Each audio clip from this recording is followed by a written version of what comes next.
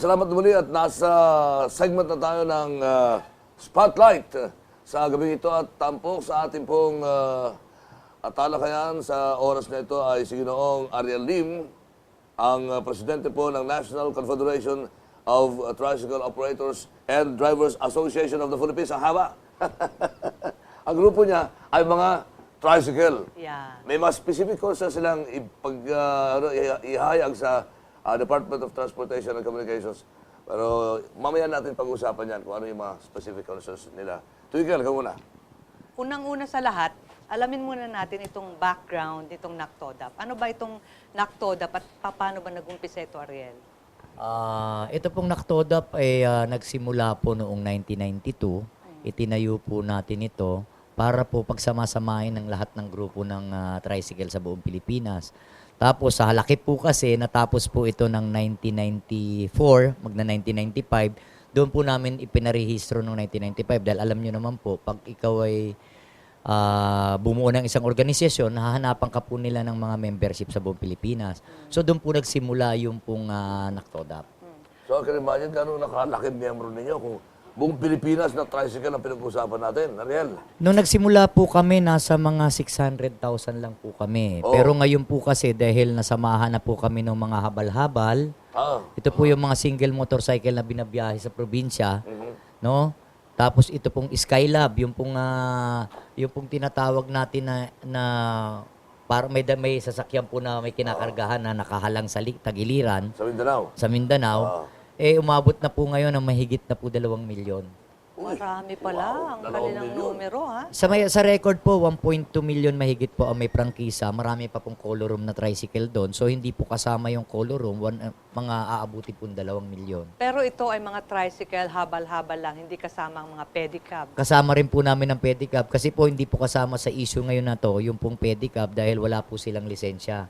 Sila po ay hindi namin isinama sa usapin na to. Pero membro po namin sila sa National Ay, yung mga Confederation. kuliglig dyan sa may bandang Divisoria. Yun po ay hindi namin kasama dahil binabawal po namin yun sa Metro Manila. Binabawal po namin yun sa Metro Manila. Napakalaki pala laki itong Pwede NACTODAP na ito. Liligawan sila ng mga presidential rules niyan. Pwede, magtaka mo, 2 milyon na butante. Baka dyan mapunta ang usapan natin, Lakay. Dahil, okay, mapunta na tayo dito sa main topic natin, kaugnay dito sa NACTODAP na to. Ano ba yung naging issue nyo o reklamo ninyo dito sa bagong regulasyon ng LTO? Actually po, ang naging reklamo namin dito, ito pong ginawa nilang Administrative Order ABT 029-2015. No? Ito po yung nagdadagdag ng mga regulasyon sa lahat po ng professional driver license na magre-renew ng kanilang mga lisensya. So, ibig sabihin po, dinagdagan po ito ng dalawa pong kailangan requirements, NBI clearance and PNP. Malinaw po, NBI clearance and PNP, dalawa So, po ito. pareho, hindi and or. Hindi po. Dalawa End, talaga. end po kailangan. talaga, end. So, ito po yung aming tinutulan. Kaya lang po, napunta po kasi doon sa unang-unang reklamo namin, ang nasabi po natin sa media, siyempre, yung hirap po pagkuha ng NBI at saka ng police clearance dahil marami pong requirements yan. So, meron pa pong isa talaga, yung po talagang pinaka-main nito, wala pong karapatan gumawa ng administrative order o executive order pa, galing kahit sa ang Pangulo, na magdagdag ng requirements dahil malinaw po sa Republic Act 4136 o Land Transportation Code of the Philippines, ang linaw po doon. Ang sinasabi po dun sa batas, kinakailangan idaan sa Kongreso. Even po yung amendments ng BP 398, the same. Sinasabi po roon magdagdag. Kaya nga lang po, doon napunta, dahil nagreklamo na po yung mga tao, so kaya po napunta doon sa hirap ng pagkuha. Kasi hindi naman po kami tumututol eh.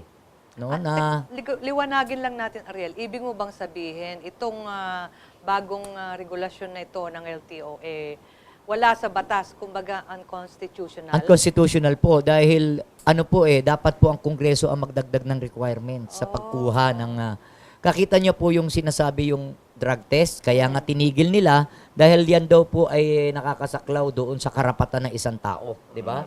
So kaya po tinanggal yan. Ganon din po ito, hindi sila pwede magdagdag basta kung hindi po idadaan sa Kongreso, dapat po Kongreso po ang nag-a-approve. Ano ang status niyan, Ariel?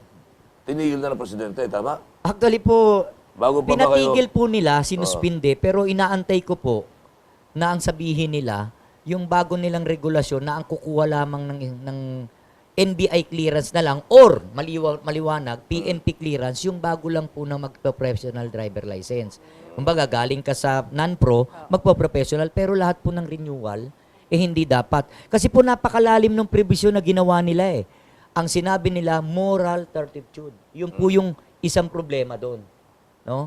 Kaya po yun ang aming question. Kasi, ibig po sabihin nito, kahit po yung away kalsada o away ng kapitbahay mo, napunta kayo sa korte, nagkakaso ka, pwede ka pong hindi bigyan ng lisensya. Kasama na yun sa moral turpitude. O yun po, kasama yun. Yung pong may nagreklamo lang sa'yo, na nakita ka ng asawa mo, na may angkas kang babae, naku po, patay ka na. Kahit na sasabihin may case ka. So, malalim po kasi masyado eh. Dapat po, kung ginawa rin lang nila ito, dapat po ang sinabi nila rito malinaw na doon lang po sa mga reckless, imprudence, resulting to homicide or damage to property. Yun po ang pwede. Maniniwala po ako dyan. Pwede pong hingaan yon. Pero yung pong sinasabi nila na to na ang tao kailangan pong kumuha at kung merong ibang kaso, hindi na. Paano Ito pong ito si Jason Salvador, ito po alam ko ito is spokesperson. Hindi ko po alam kung ano po ang gusto niyang palabasin. Na ang sabi niya, kaya daw po nila ginawa ito dahil pag nakagawa raw po ng kasalanan na isang tao, kahit hindi sa pagmamaneho, pwede siyang gumawa ng kaso sa pagmamaneho. Ibig sabihin, kung siya ay hindi sumusunod sa batas, may nakaaway siya, pwede siya makipag-away habang nagdadrive. Paano yun, Ariel? Kung halimbawa, meron ka ng convicted ka na, okay, na-serve mo na yung sentence mo, so pinalaya ka na, pero may record ka. So, ibig sabihin nun, hindi ka ba makakakuha ng lisensya kung wala kang NBI at police clearance? Hindi po. Kinakailangan ka pong pumunta sa clerk of court para kunin mo yung dispensal paper mo doon or ikaw ay nakapag-serbisyo na dun sa ay ibinigay sa yung parusa sa batas. So, karagdagang requirement. Opo, na yun? biruin nyo po yun.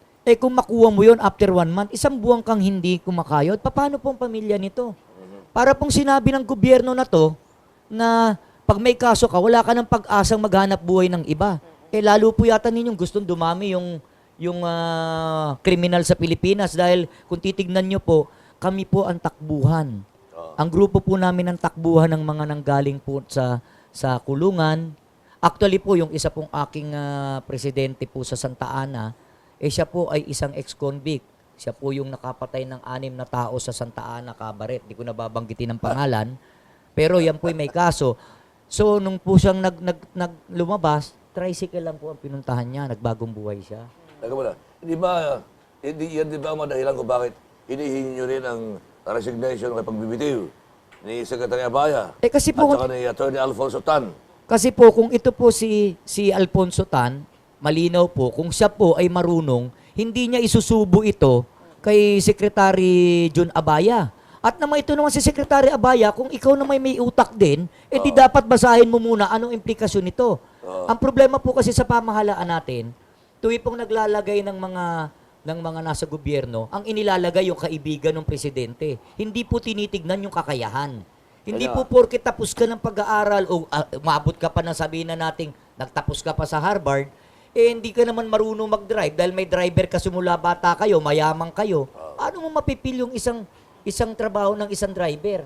Baka naman ang iniisip nila, Ariel, parang linisin ba yung inyong hanay? Kasi alam mo naman, hindi ka naman siguro dito na itong mga tricycle driver, marami dyan na i-involve sa mga criminality, may Droga. mga nakasuhan ng Yes. rape. Oo, droga. Nagagamit din yan sa mga pagpapuslit ng mga kung ano-anong bagay na illegal. Actually, ma'am, ganito talaga ang namin Kami nga po ang tumutulong sa gobyerno na kung maaari, ilipat na kami, balik kami sa national government para hindi na kami control ng mga mayors. Dahil isa pong pinakamalaking problema namin yon, hindi namin mapahuli.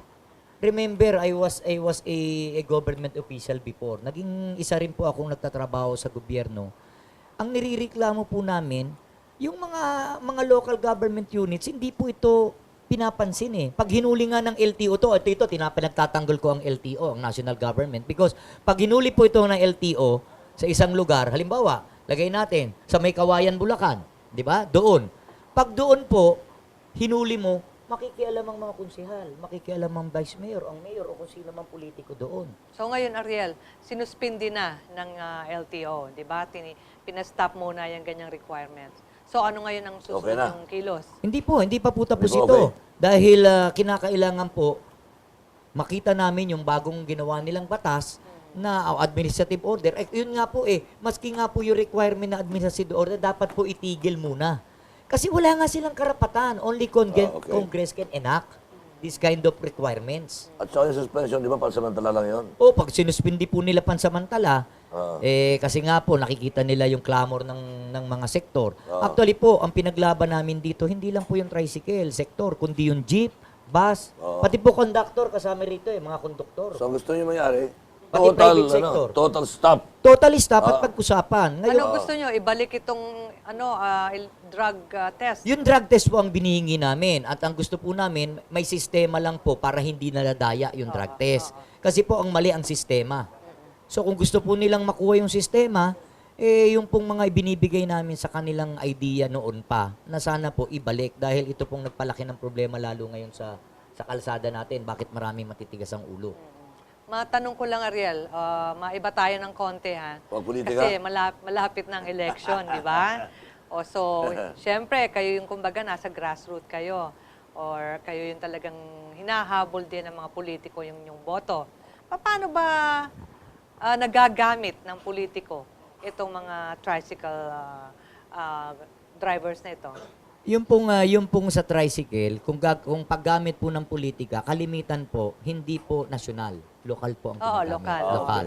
Ginagamit po ito ng mga mayors dahil ito po'y bulk of boats. Ibig sabihin, tandaan po natin, ang isang tricycle driver, dalawa po ang driver niyan. Ang isang tricycle, dalawa po ang driver. So, umagat gabi. Oo. So, may pamilya po yan. Ikwenta na lang natin isang anak at isang asawang butante. So, ibig sabihin po, ang isang tricycle, 6 na tao na po kagad ang bilang. So, kaya po ito, pinoproteksyonan ng mga mayor kasi po under sa kanila ang franchise.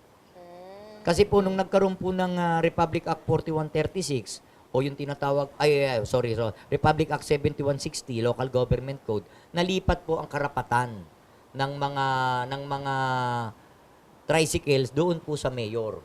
So, yun po ay hindi rin kami nakonsulta.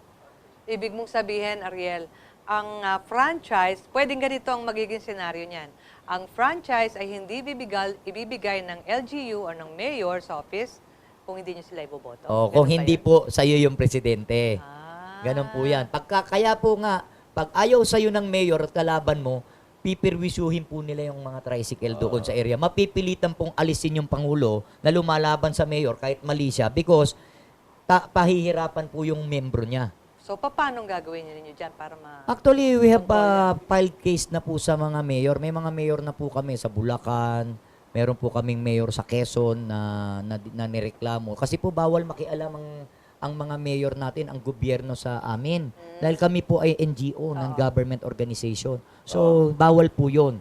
So, yun naman po, yung iba, pag napadala ng sulat at winarning na bawal yung ginagawa, tumitigil naman po. At minsan naman, nakikipagkaibigan na rin yung mayor. Kaya ito, importante tanong, Ren. Dahil ba sa NGO kayo, kaya yan ang dahilan kung bakit hindi kayo pwede pakialaman ng LTO, ng LTFRB tungkol sa pasahe? Kasi maraming mga nagreklamo sa inyo, ha? Totoo po Ang yun. mataas ng pasahe sa tricycle, kumisan mas mataas pa kaysa sa Yun nga. Diyan sa Quezon City area. Sa Isang amin. kanto, 20. Pangalawang kanto, 30. Pangatlong kanto, 40 na. paggabi pa. Paggabi, 50. Sandaan. May sandaan. Alam niyo po, ito po Di yung ba? ito po yung problema ma'am, sir. Ito ang problema. Ang problema po, nirereklamo nga po namin na dapat ayusin. Ang problema, pag pumasok po yung manghuhuli roon na galing sa National LTO, sasabihan po ng mayor, huwag kayong makialam dito. Lugar kami ang may hawak ng mga prangkisa niyan. So kung ikaw pong isang pulis ka o isa kang LTO enforcer, papasok ka ron, manghuhuli ka, at sinabihan kang gano'n ng mayor, anong gagawin mo? Uuwi, titigil na lang. So ito po ang problema namin ngayon. Gusto naming linisin yung aming hanay. Oo. Gusto po naming gawin na maging maayos ito, pero kung hindi po susuportahan ng mga mayor, wala rin po mangyayari. Magpapatuloy po ang dami ng tricycle, magpapatuloy ang gulo ng ng trapiko, at makakapirwisyo kami. Kaya po gusto namin ayusin ang aming hanay sa tulong ng gobyerno, at kami na po mismo ang dapat ay umupo sa gobyerno. O, isa pa, Ariel.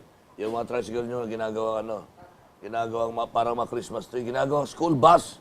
Ang mga tricycle, di ba dami niya sa Quezon City? Bawal po yun, napakabawal po. Oo. Oh, bawal pala, bakit ganun? Ang tanong po, ang dapat pong nanguhuli dyan ang local government, local traffic enforcer, at saka yung local police. Pero No? pwede ba, ito, ano ko lang, naalala ko dahil yung anak ko naman naging service niyan, tricycle. Pwede service lang yung personal, susunduin, Pwede. hahatid, pwede yun. Pwede po yun, basta po doon lang sa vicinity. Kasi po ang prangkisa nila, depende po kung saan ang ibinigay. Kasi po may ibang lugar naman na wala po yung prangkisa nila, kahit saan, basta buong halimbawa, buong Maynila, pwede. Yung iba po sa probinsya kalimitan, ganun. Pero i-register mo as para school bus, para gano'n. Hindi po, ano pa rin, Hindi na. tricycle pa rin po, tricycle pa rin, with franchise pa rin. Hindi, ang importante sa tricycle naman yata eh. Basta tuwag lang sumobra sa, kahit na anong public transport, di ba? Basta tuwag lang sumobra sa seating capacity. Eh Di kaso ba? po ang seating capacity lang talaga, ang seating capacity lang po is 3 eh. Pang-4 ang driver. Yun po ang katotohanan. Isa sa Ayun, sa likod, likod. tapos 2 sa loob. Kaya meron pang May maliit, upuan dito sa upuan. gilid. Kaya po, bawal na nga po yun eh. Bawal na rin yun. Okay. Ipagpapatuloy natin ang ating pagkwentuhan kay Ginoong Ariel Lim. Maya-maya, makalipas po ang ilang mahalagang patarastas.